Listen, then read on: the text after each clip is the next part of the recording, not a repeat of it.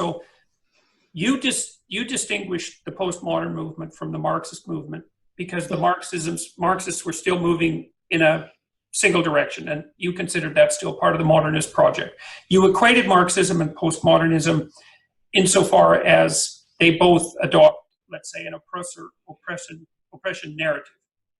Yes, although many other things do too, and often that's quite warranted. I mean, the American Revolution, for example, was an oppressor-oppressed revolution.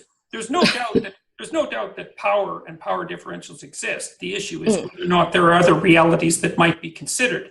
And so exactly. The issue is whether that we're seeing them truly. Yes, well, and whether it's reasonable to reduce everything to a single dimension of motivation. So the postmodern project collapses into its own nihilism, and something emerges out of the ashes, and that's the assumption that a transcendent reality does in fact exist, but that the only defining feature of that transcendent reality is the existence of power and the existence of power differential. But that yes, and identity. And identity. And that's associated with identity. Okay, but then the question becomes, there's a question that goes underneath that even, which is, well, why is it that is accepted as the fundamental reality? Because there's no rationale for that in postmodernism itself. In fact, the postmodernists should criticize that presumption. They do.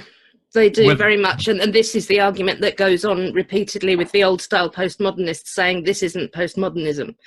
And so we've tended to call it applied postmodernism. John Nurston called it the pomoid cluster, because it's just a set of ideas about identity, about power, about privilege, about language, the importance of language and hierarchies and things which have come from postmodernism, which have got politicized and then within activism have got condensed into kind of user-friendly chunks and further bastardized.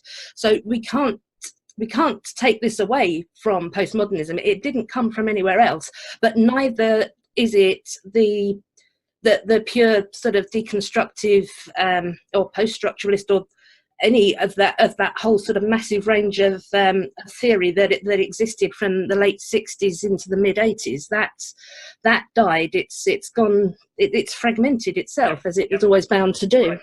Okay. So to drive to your question about why or how they justify this change, I'll just say we called this set of disciplines or approaches grievance studies for a reason. It's about grievances. It's the politics of grievance. So they feel aggrieved, therefore they feel justified in trying to disrupt power they see that exists and to claim power for themselves. It's social revenge. That's what their animus is. That's their moral justification for continuing to fragment and to chase the very thing they say is, you know, the great corrupter of man, which is power. Okay, so it doesn't really matter if this is true, and I have some sympathy with that claim. It doesn't matter that there are philosophical incoherencies within the structure, within the intellectual structure at all. What matters is that there's an animus and a motive, and the motive is fundamentally something approximating revenge. Why would you say revenge and not justice? And this goes to another issue, which is obviously all three of you oppose this movement. And we've already decided in this discussion that it's something like the revenge of the marginalized. But the marginalized could well object, well, this isn't revenge. You only see it that way because you're part of the privileged power group. And it's actually a search for, a genuine search for justice. And also, most of the marginalised aren't social justice orientated. That's what we have to remember. This is speaking on behalf of women and racial and sexual minorities. Most members of every group do not ascribe to it. They're politically diverse, so it's presumptuous. So that's a good point. That's a good point. So that's one of the reasons that the claim for the pursuit of justice is invalidated. It's that there's no evidence whatsoever that the activist types who dominate these disciplines are valid representatives of the communities that they purport to stand for. And in fact, if you survey the communities themselves in any reasonable manner, then the communities indicate their lack of agreement with this way of looking at the world. Yeah. Yes. Okay. Of course, there is also the complicating element that nearly always appears, that you do have kernels of truth on both sides of that discussion. There are legitimate questions of justice that are being tied up into this. And then there are legitimate reasons to see it as being motivated primarily by something approximating revenge or grievance or reparations or something like that. And they get intertwined. And as you were mentioning, with anytime you're working with postmodern epistemologies, there's no reason to expect consistency. They reject consistency as a bug in the system. They're unrepentant about being inconsistent. So and that's no small point. And I think that for people watching, that point needs to be punched home.